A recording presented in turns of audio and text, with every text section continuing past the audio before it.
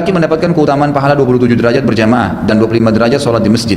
Apakah perempuan bisa mendapatkannya sedangkan sholat perempuan lebih utama di rumah? Dan perempuan tersebut belum menikah. Nah, ini banyak yang belum menikah ini. Ya.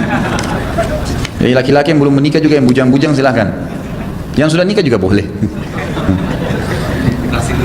Baik, jadi di sini perlu saya luruskan ya. Sholat berjamaah itu lebih afdal daripada sholat sendiri 25 kali lipat. Hadisnya riwayat Imam Ahmad. Kata Nabi SAW, sholat seseorang di antara kalian di masjid berjamaah lebih afdal ya, 25 kali lipat dibandingkan rumahnya dan pasarnya. Jadi ini pahalanya 25 kali lipat. Kalau hadis tentang 27 derajat, lain lagi. Hadis sahih, riwayat Imam Muslim, kata Nabi SAW, sholat berjamaah lebih afdal daripada sholat sendiri 27 derajat. Ini 27 derajat bukan 27 kali lipat yang saya pahamin, dan ini juga diterangkan oleh sebagian ulama, gitu kan.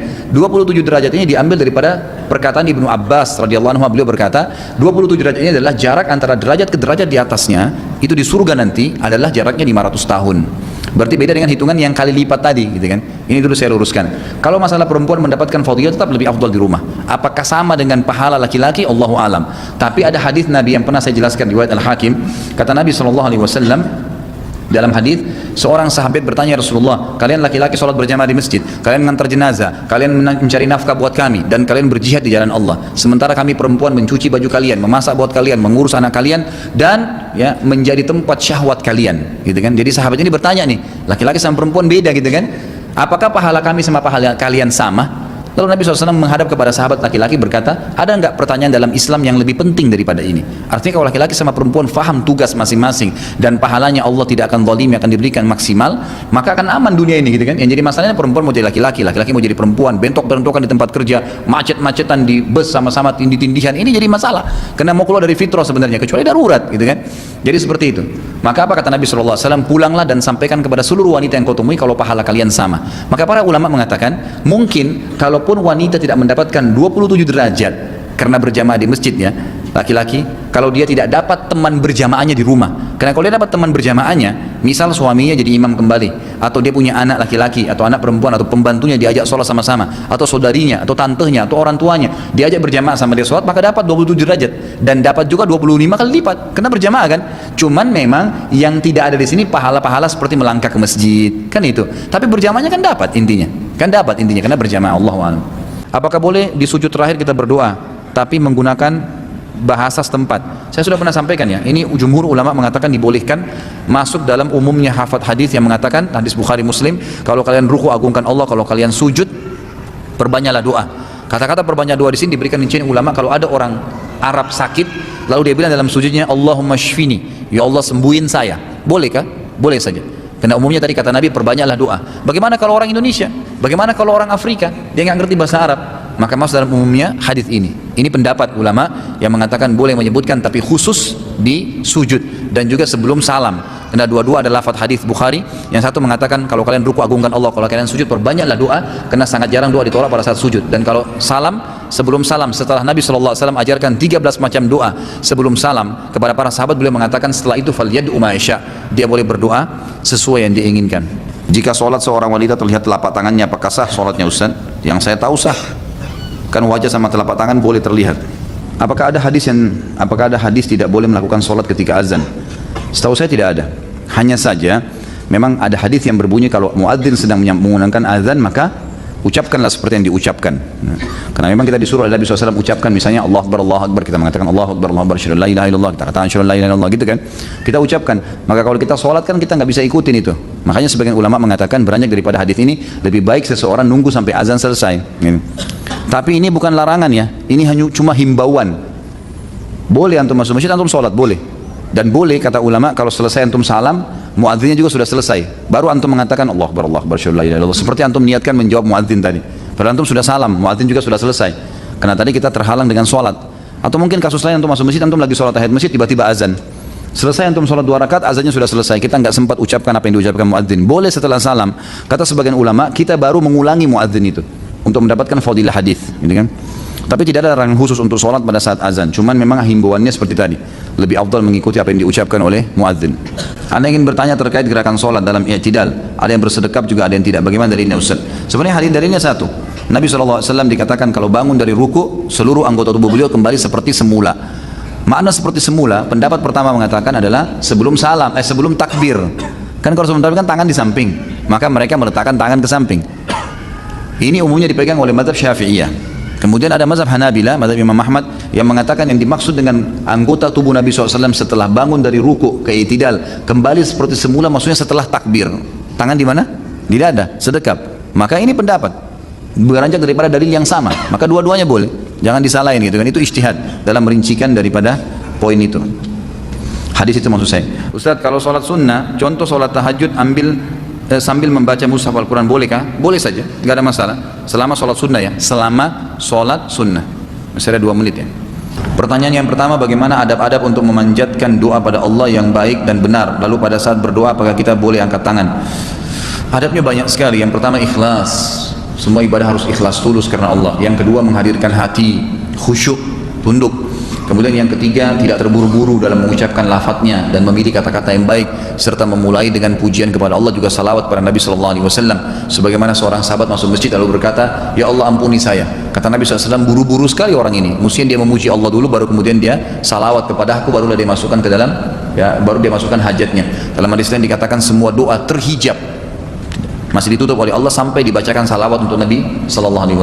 Jadi kita harus ucapin kalimat-kalimat yang benar, gitu kan. Kemudian tidak tergesa-gesa dalam menunggu jawabannya.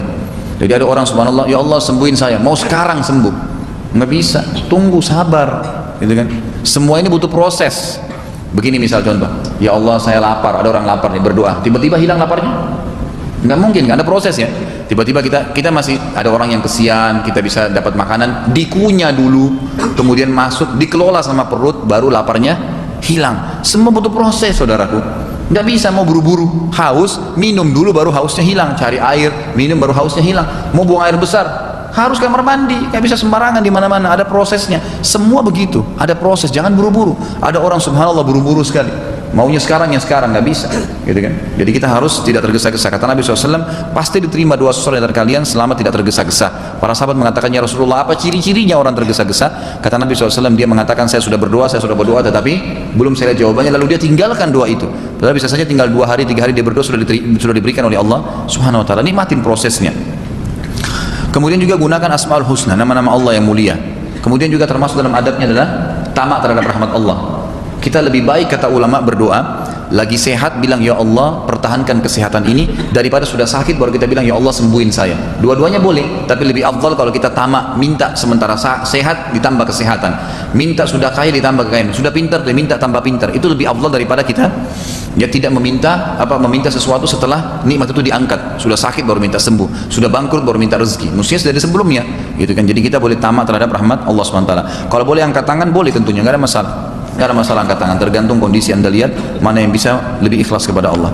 Apa hukum melipat pakaian atau celana ketika sholat? Dilipat apa maksudnya nih? Lengan kah, kaki kah? Banyak, gitu kan.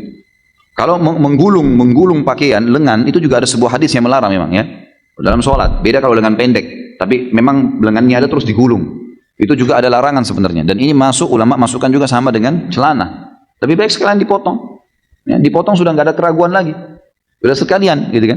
Mau dia melorot, tidak melorot, tetap tidak isbal, kan aman, gitu. Kenapa nggak sekalian, teman-teman? Kalau mau patuh sama Allah, jangan setengah-setengah nih. Harus jiwanya yang kuat, tegar. Bahwa kalau kita mati berhadap sama Allah, memang kita sebahagia, memang sudah selesai urusannya, gitu kan. Jadi jangan setengah-setengah. Kapan waktu yang afdal untuk sholat duha dan sholat tahajud? Sholat duha mulai terbit matahari, dalam hadis dikatakan sampai unta terasa teriknya panas, gitu. Ya mungkin kalau kita sekarang bahasanya itu sudah terasa terik matahari, kan? Kita nggak bisa tentuin jam, tergantung musim hujan mungkin sama musim kemarau beda, gitu kan. Jadi ini tidak bisa ditentuin tanggal. Pokoknya antum sudah merasa terik matahari, panas terasa, maka itu berarti sudah bisa sholat duha. Kalau sholat tahajud terbuka dari mulai habis isya sampai pagi, kan gitu, sampai menjelang subuh. Tapi lebih afdal kalau dikerjakan di sepertiga malam. Jadi antum bagi aja dari maghrib sampai subuh itu berapa jam? Misal 12 jam, kan itu. Dari maghrib sekitar jam 6 sampai jam 6 pagi lagi, kan gitu, sampai azan subuh misalnya. Maka dibagi 3, kurang lebih 4, kalau 12 bagi 3 4 jam, berarti 4 jam sebelum subuh itu sepertiga malam, itu paling afdal mengerjakan sholat tahajud. Allahu alam. Saya suka menolak orang yang mengajak salaman sesudah salam sholat dengan tujuan agar dia mengerti kebiasaan itu salah. Salahkah saya? Allahu alam, kalau awal habis sholat, saya sarankan dulu tidak menolak, gitu kan. Kecuali kalau kita yakin dia tidak salah paham. Kayak misal istri kita tiba-tiba mau salaman habis sholat tahajud misalnya, atau anak kita mau salaman, kemudian kita nolak dan kita jelaskan hukum itu lain. Atau murid-murid di sekolah atau mahasiswa di kampus, mungkin masih bisa kita punya wewenang untuk menjelaskan. Tapi kalau awamnya orang, dia mau salaman lalu kita nolak, gitu kan, itu nanti akan terjadi efek yang lebih besar. Ingat, tidak boleh ingkar mungkar kalau mendatangkan mudarat yang lebih besar. Kan gitu. Kita salaman bukan karena kita mengiyakan itu, tetapi kita salaman karena dia muslim mengajak salaman. Kalau dia faham itu rangkaian habis sholat, kita tinggal menasehatinya. Kan begitu. Apakah dengan sholat taubat nasuha bisa menghapus dosa-dosa kita seperti dosa saksi palsu, dan berapa kali sholat taubatnya? Apakah tiap malam atau satu kali saja? Sholat taubat teman-teman sekalian itu untuk menghapus dosa-dosa kecil. Dosa-dosa kecil. Kata Nabi SAW dalam hadis yang hasan riwayat Imam Ahmad, tidak ada seorang muslim pun yang berbuat salah kecil, kekeliruan, tidak berhubungan sama makhluk ya, berhubungan dengan Allah Azza wa Jalla. Maka misal dia lalai mengerjakan sebuah perintah, tapi hukumnya itu sunnah, dia merasa ini dosa, atau mungkin dia lihat sesuatu yang haram, dan itu dia tahu dosa, dia ingin tinggalkan, dia ingin taubat, lalu dia wudhu. Kata Nabi SAW tidak ada seseorang pun muslim yang berbuat dosa, kesalahan, kemudian dia wudhu, lalu dia sholat 2 rakaat, lalu beristighfar, kecuali Allah ampuni. Tapi ini ulama sepakati masuk dalam dosa-dosa kecil. Kalau dosa besar nggak bisa, harus taubat nasuha. Kesaksian palsu dosa besar, harus ikuti seperti Imam Nawawi mengatakan rahimahullah, tinggalkan dosa itu seketika, menyesali dan janji sama Allah tidak mengulangi. Dan yang keempat adalah dia harus mengisi sisa umurnya dengan amal saleh, baru bisa dimaafkan. Kalau ada haknya orang lain, kembalikan teman-teman. Kita dulu kasih kesaksian palsu, ternyata orang lain sudah ambil haknya, kita harus datang ke dia. Maaf, saya dulu salah, saya sekarang baru tahu agama, jangan malu. Dan saya merasa bersalah. Apa konsekuensinya? Saya akan balas. Baik, orang itu mengambil hak Anda, datangi orang tersebut. Dulu kau kasih ini kesaksian palsu loh, haknya orang lain kamu ambil, kembalikan, bertakwalah sama Allah, ingatkan, gitu kan. Sudah tidak mau ya sudah, kita sudah berusaha, gitu kan. Kita minta maaf sama orang ini, cari jalan supaya bisa kita memberikan kesaksian balik kalau memang itu dulu palsu, nggak apa-apa, gitu, supaya memang bisa ditarik kembali haknya. Setelah minum khamr, apakah amalan sholat fardu selama 40 hari diterima oleh Allah? Itu hadisnya maudhu, nggak ada hadis yang mengatakan tidak diterima sholat setelah mabuk, gitu kan. Tapi yang jelas kalau orang lagi mabuk ya, dia berdosa dengan mabuknya. Bahkan tadi hadis Nabi apa? Siapa yang meninggalkan sholat karena mabuk, maka dapat hukuman kan. Artinya maknanya adalah mafhum mukhalafah, yang dalam ilmu fikihnya dikatakan sesuatu yang difaham lawannya daripada pemain itu, artinya orang kalaupun mabuk, dia berdosa dan dia tidak boleh tinggalkan sholat. Tidak ada alasan tinggalkan sholat, karena dikatakan siapa yang tinggalkan sholat mabuk 1 kali, gitu kan, ada hukumannya. Berarti memang tidak boleh tinggalkan walaupun dalam keadaan mabuk. Jadi tidak bisa jadikan alasan, karena ini memang banyak sekali. Ini hadis tidak benar nih. Yang dikatakan Nabi SAW bersabda, orang yang minum khamr tidak akan diterima sholatnya selama 40 hari ke depan, maka mereka tidak sholat. Ditambah lagi nih, godaan syaitan tambah mengacaukan, sudah mabuk, nggak sholat lagi. Gitu kan? Ini kalau di zaman Umar bin Khattab dicambuk double-double nih gitu. Apakah doa dalam bahasa Indonesia pada saat sujud dapat dilafadzkan atau cukup diucapkan dalam hati? Sudah saya jelaskan khilaf di antara ulama, sudah berulang kali nih. Jadi pendapat ulama mengatakan boleh, nggak masalah. Dan lebih kuat pendapat ulama mengatakan dengan lafadz, bukan dengan hati. Karena umumnya tidak pernah ada riwayat yang menjelaskan zikir dan doa dalam hati, nggak ada. Tapi ada dilafadzkan. Sampai sholat sirriyah itu, sholat duhur dan asar kan tidak boleh kerasin suara ya. Maksudnya sir itu adalah mengecilkan suara, bukan menghilangkan suara. Jadi kalau Bapak Ibu sholat duhur suaranya hilang dalam hati, pasti tidak khusyuk. Makanya ulama bilang dikeluarin, termasuk sunnah Nabi SAW mengeluarkan suara hanya dia yang dengar, sehingga dia bisa konsentrasi. Kalau dalam hati pasti menghayal. Makanya nggak ada namanya bacaan dalam hati. Quran dibaca dengan keluarin suara, sholat dengan keluarin suara, doa dengan keluarin suara, zikir dengan, tapi sebatas kita saja, nggak boleh teriak-teriak. Itu dimaksud. Apakah boleh makan setelah berwudu untuk melakukan sholat atau sebelum melakukan sholat ya? Setahu saya boleh saja, cuman dianjurkan untuk membersihkan sebelum sholat, gitu kan? Karena tidak, kalau salah satu yang membatalkan sholat makan dalam sholat. Jadi kalau ada sisa makanan nggak boleh dikunyah lagi, makanya disunnahkan terutama dalam mazhab Syafi'iyah untuk berkumur-kumur setelah makan untuk membersihkan sisa makanan itu. Apakah boleh berdoa sewaktu sujud dalam waktu yang lama pada saat sholat fardu? Boleh, ya. Tapi di sini kalau ada jadi imam dianjurkan untuk tidak berlama-lama. Karena Nabi SAW pernah mempercepat sholat beliau, sholat wajib, ya, itu pada saat beliau mendengarkan ada tangisan anak kecil di saf wanita. Maka waktu beliau selesai salam, beberapa sahabat berkata, ya Rasulullah, tidak seperti biasanya, kok anda buru-buru sekali? Kata Nabi SAW, tadi saya dengar tangisan bayi di belakang, maka saya khawatir ibunya terganggu sholatnya, saya percepat sholatnya. Dan juga pernah dalam riwayat Bukhari, Muadz bin Jabal radhiyallahu anhu kalau sholat, beliau sholat berjamaah sama Nabi SAW, lalu pulang di kaumnya jadi imam, sholat lagi. Sholatnya lama, sampai ada pernah anak muda masuk, gitu kan? Kemudian begitu lihat ikut berjamaah, saf di salam saf, Muadz bin Jabal masih lama, dia punya hajat tuh, dia berhenti dari jamaah, dia sholat sendiri, kemudian dia keluar dari masjid. Selesai bubar sholat, orang-orang lapor, wahai Muadz, tadi ada orang masuk anak muda, berhenti sholat, dia berhenti lalu dia keluar, dia tidak ikut sama kamu berjamaah. Kata Muadz, itu orang munafik tuh, kok bisa? batalin sholat berjamaah. Lapor kepada Nabi SAW, dilapor kepada Nabi SAW. Lalu Nabi malah menegur Mu'ad bin Jabal. Apa kata Nabi SAW? Afattanu anta ya Mu'ad, apa kau ini penyebar fitnah hai Mu'ad? Mana kau dari sabbihisma rabbikal a'la? Kalau lagi berjamaah ya, dibaca-baca surah-surah yang kira-kira meringankan. Ada orang tua, ada orang punya udzur, ada orang yang buru-buru. Maka kalau berjamaah, kalau anda mau lama-lama sujud, saya sarankan di tahajud, duha, silahkan bebas. Itu waktu-waktu yang panjang. Bahkan Allah mengatakan lailan tawila, gunakan malammu yang panjang itu untuk sujud, untuk berdoa, untuk berzikir, baca Quran, silakan habisin semuanya. Maka itu boleh. Kalau berjamaah ini lebih baik jangan mengganggu orang lain, kesian ya orang-orang itu. Bagaimana cara kita menghadapi orang tua atau saudara yang tidak menjalankan perintah Allah, seperti sholat misalnya, padahal sudah sering menegur tapi tetap saja tidak dijalankan? Apakah salah apabila saya pergi meninggalkan orang tua dan saudara saya? Tentu saja salah, nggak boleh ditinggalkan. Tetap bersama mereka, tetap dakwahi, sabar. Nabi Nuh alaihissalam mendakwahi istrinya dan anaknya 950 tahun. Anda sekarang sudah dakwahi berapa hari coba? Hah? Udah berapa hari didakwahin? Sabar. Tunjukkan hal-hal yang sesuai dengan sunnah. Orang tua kita tetap kita bakti, ya, tuntun, penuhi kebutuhannya. Satu waktu insya Allah dia dapat hidayah tuh, gitu kan? Cuma kalau sholat, maaf ya bu, saya mau sholat dulu sebentar, saya ke masjid, perintah Allah, nanti baru saya kembali. Sebutkan perintah Allah, biar dia dengar. Jadi dakwah itu. Ya ibu doain ya, mudah-mudahan saya mudah, selamat pulang lagi ke rumah. Kesana ke masjid baru balik lagi. Nggak mungkin ibu bilang jangan, tidak usah sholat. Sholat lah gitu. Balik kita khidmah lagi dengan beliau. Apa yang bisa dikasih? Belikan sedikit makanan, mungkin ada buah-buahan, bawa ke rumah. Ya, kita seperti itulah. Jalankan yang sunnah Nabi SAW. Insya Allah mereka dapat hidayah dan sabar. Dari mana mulai berzikir? Apakah urutannya dari jari kelingking atau dari jari jempol? Dan urutannya apakah dari atas ke bawah atau dari bawah ke atas? Allahu a'lam. Saya tidak tahu, yang sebatas ilmu saya ya. Mungkin memang ada teman-teman asatidah yang tahu ini, mungkin silakan anda ambil dari mereka. Tapi yang saya tahu Nabi SAW menggunakan zikir dengan tangan kanan. Masalah urutannya dari mana ini saya tidak pernah temukan pribadi. Allahu a'lam. Kalau ada yang temukan, Ustaz sampaikan memang dari kelingking dulu, dari telunjuk dulu, berarti itu lebih baik ya, lebih sempurna. Yang saya tahu Nabi SAW menghitung dengan tangan kanan. Dan dalam riwayat ini dikatakan Nabi SAW selalu menggunakan tangan kanannya untuk kebaikan. Kalau saya sholat di musola yang luas, yang sempit, lalu banyak yang mengantri untuk sholat, apakah sebaiknya saya singkatkan doa dan zikir setelah sholat untuk memberi kesempatan orang lain untuk sholat? Bagaimana kalau saya ingin sholat sunnah, apakah sebaiknya saya utamakan sholat sunnah saya atau memberi ruang untuk orang lain? Memberikan ruang untuk orang lain, kan gitu. Dan boleh anda berzikir dengan diringkaskan, itu jauh lebih baik karena tempatnya sempit, kan gitu. Jadi anda boleh prioritaskan atau dahulukan orang-orang lain, ya. Anda boleh berzikir kalau memang darurat pun tidak bisa lagi, anda kemudian masuk, ya, keluar sambil berzikir di jalan. Apa boleh buat? Misalnya tempatnya cuma kapasitas 20 orang, yang mau sholat 40, 20 orang sudah sholat. Saya kadang-kadang kalau sholat di tempat sempit seperti itu, malah setelah saya salam langsung saya bilang, kalau saya sudah antri di depan gitu kan, lalu saya mengatakan, maaf pak, kita bubar dulu biar yang lain bisa masuk. Karena kalau cuma 2 orang, 3 orang yang keluar, nah akhirnya mereka sholatnya tidak berjamaah, gitu kan. Jadi saya ajak mereka keluar sambil berzikir nanti, lalu yang kelompok yang kedua masuk membuat jamaah di tempat imamnya tadi ada. Jadi bisa penuh lagi jamaahnya, jadi tidak lagi yang sholat sendiri-sendiri gitu.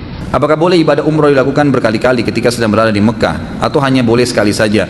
Dan bila umroh harus pulang ke Indonesia dulu? Ini sudah pernah saya jelaskan ya, sudah sering saya jelaskan. Mohon maaf saya nggak jawab lagi nih. Bagaimana dengan umroh badal juga sudah pernah saya jelaskan. Doa kunut dalam subuh hukumnya seperti apa? Bagaimana cara membedakan bid'ah dan bukan? Apakah doa sebelum makan yang diajarkan di masyarakat bid'ah atau bukan? Karena Rasulullah SAW mengajarkan hanya Bismillah. Umroh berulang kali sudah pernah saya jelaskan bahwasanya memang khilaf di antara ulama. Lebih afdal kalau anda tidak mengulanginya. Pendapat pertama mengatakan begitu, tapi tidak disalahkan kalau orang melakukannya.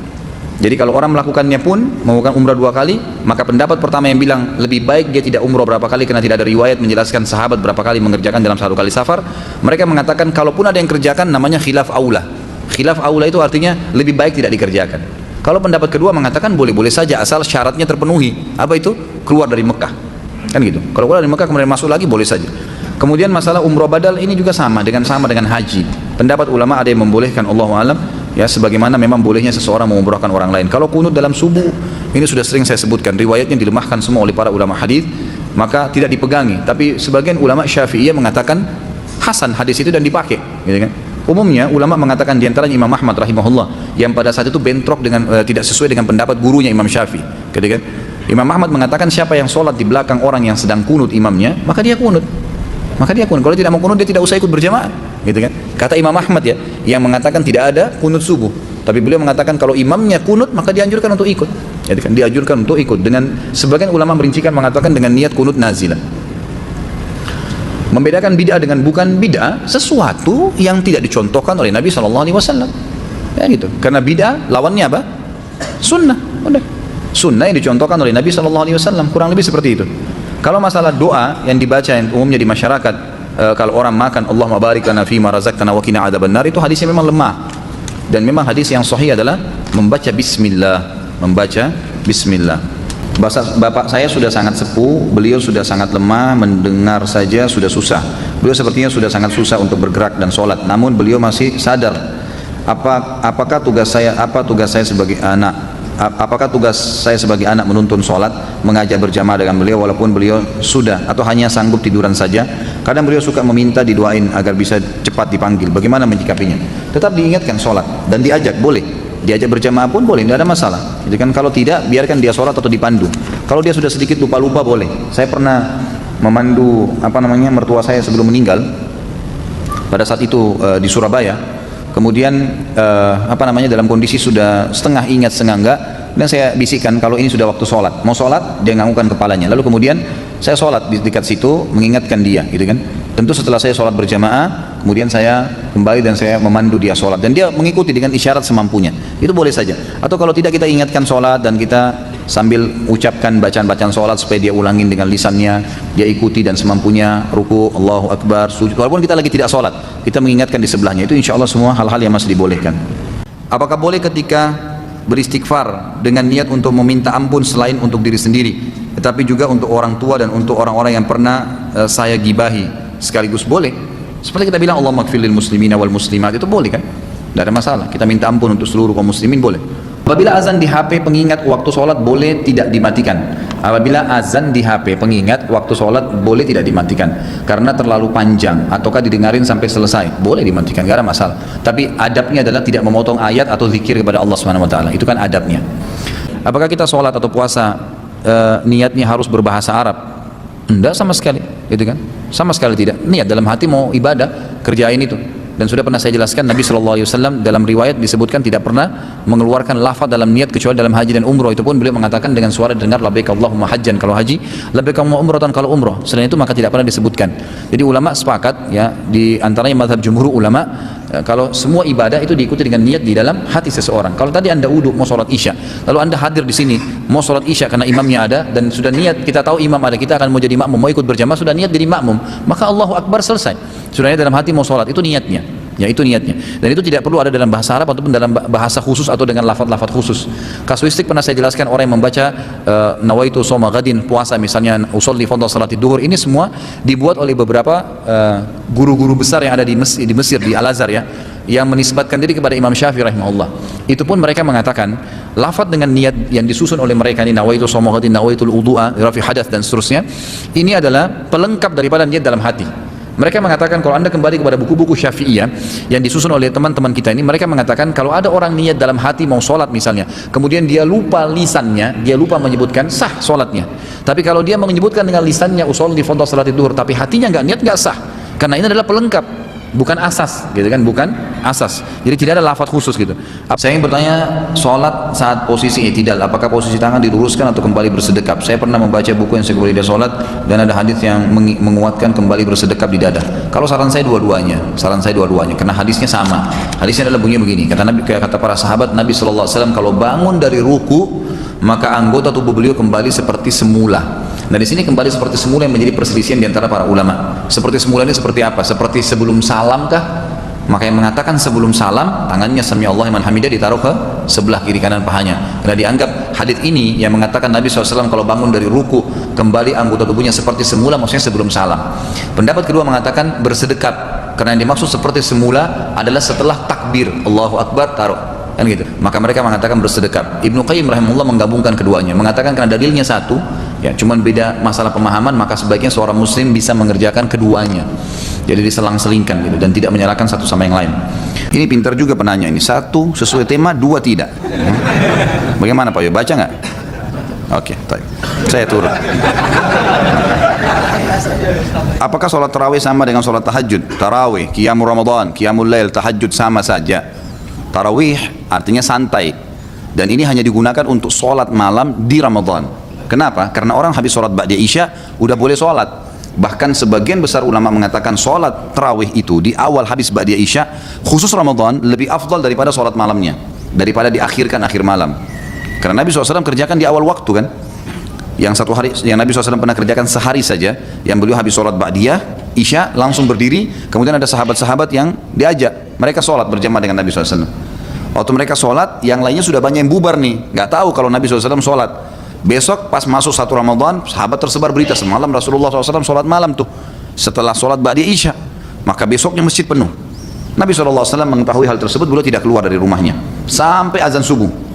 Pas azan subuh, Nabi SAW keluar, lalu mengimami sholat, habis itu beliau ceramah. Beliau mengatakan, aku tahu semalam kalian menungguku, tapi aku tidak keluar. Karena kalau aku keluar mengimami kalian, bisa jadi wajib sholat itu. Tarawih maksudnya. Maka kerjakanlah, tapi jangan saya ada di situ. Nah kalau saya ada bisa menjadi wajib. Kalau dilakukan tiap hari oleh Nabi SAW, maka jadi wajib. Tapi Nabi tidak melarang untuk mengerjakannya. Jadi sama saja. Jangan gitu. Tapi kerjakan tarawih ini teman-teman sekalian. Kerjakan tarawih ini ya, dengan syarat iman dan ihtisab namanya.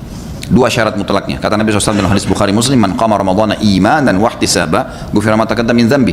Siapa yang mendirikan malam Ramadan tarawih dengan keimanan, yakin ini perintah Allah, bukan karena diajak teman, bukan karena masjid dekat rumah ada penceramah yang bagus, bukan karena apalah, pokoknya semua indikasi dunia ini hilangkan. Karena betul-betul iman, yakin Allah dan Rasulnya perintahkan. Jadi artinya keimanan itu kalau antum cuma sendiri tetap kerjain. Dan ihtisab, mengharapkan pahalanya, maka diampuni dosa-dosanya yang telah lalu. Dan boleh 11, boleh 23, tidak ada masalah. Ini jangan jor-joran masalah ini. Bahkan tidak sholat pun tidak masalah, karena tarawih sunnah, cuma dia kehilangan fadilah. Kalau hadis tentang 11 rakaat adalah hadis Bukhari, di mana Aisyah berkata Rasulullah SAW tidak pernah menambah Ramadan atau luar Ramadan lebih daripada 11 rakaat. Pendapat pertama mengatakan kalau sudah tarawih berarti tidak lagi tahajud, kan gitu. Pendapat kedua mengatakan tidak, sholat tarawih boleh lebih dari 11 rakaat. Beranjak daripada hadis yang sahih juga Bukhari, qiyamul lail mathna. Sholat malam itu 2 rakaat tanpa ada batasnya. Dan Umar bin Khattab memahami benar hadis ini sampai akhirnya beliau mengerjakan sampai 23 rakaat. Dan tadinya sahabat ada yang berserakan di masjid, mereka kerjakan sendiri-sendiri, Umar bin Khattab lakukan secara berjamaah. Dan jangan lupa, pada saat itu terjadi ijma', sepakat para sahabat, tidak satupun ada sahabat yang memungkiri perilaku Umar radhiyallahu anhu. Jadi memang di sini ijma', dan ini ijma' yang sangat kuat karena tidak ada satupun sahabat yang memungkirinya. Dan sampai sekarang fatwa ulama di Saudi, di Mekah sama Madinah yang merupakan kiblat kita di sana, tempat Nabi SAW lahir dan tempat Nabi SAW meninggal, 23 tahun dakwah Islam di sana, sholatnya 23 rakaat. Dan tidak menyalahkan orang yang 11, nggak ada masalah, dua-duanya boleh dikerjakan. Cuma saran saya, kalau mau kerjakan 11 rakaat, cari masjid yang 11 rakaat, yang 23 sholat 23 rakaat, cari 20 rakaat, karena ini ada fadilah sendiri. Ada hadis Nabi SAW, siapa yang sholat bersama imamnya sampai imamnya selesai, maka dicatatkan baginya ibadah semalam suntuk. Gitu. Maksudnya selesai ini sampai witir, imamnya sudah witir baru dia berhenti. Masalah imam baca Quran apa segala dikerjain, setelah itu tuh nggak ada masalah. Tapi yang penting sudah nggak sholat lagi. Ya kalau antum masuk di masjid yang 11, maka sholat 11 itu enak. Dapat hadis ini, walaupun boleh kalau masjid itu 23 kita sholat 11 boleh saja, itu bebas, 2 rakaat pun boleh. Karena ini sunnah ya. Cuma afdaliyahnya, kita bicara afdaliyah. Dan fatwa ulama juga sering ditanya dalam majelis ilmu di Saudi, bagaimana hukumnya di 10 terakhir Ramadan? Sampai itu dijadikan sebagai peraturan di Masjid Haram kan? Boleh nggak saya sholat tarawih 20 rakaat, karena 10 akhir Ramadan itu 20 rakaat selawat tarawih, tapi tidak diikuti dengan witir. Nanti jam 12 malam, jam 1 malam ada sholat tahajud lagi 11 rakaat, berarti kalau digabung jadi berapa? 31 rakaat. Boleh nggak saya kerjain itu? Umumnya fatwa mereka boleh, karena sholat Nabi SAW mathna, artinya 2 rakaat tanpa batas, dan mengejar fadilahnya. Dan ini perselisihan pendapat ulama, jangan selalu kaku sehingga akhirnya kita vonis orang salah gara-gara adanya perselisihan ulama atau kita berpegang pada pendapat tertentu.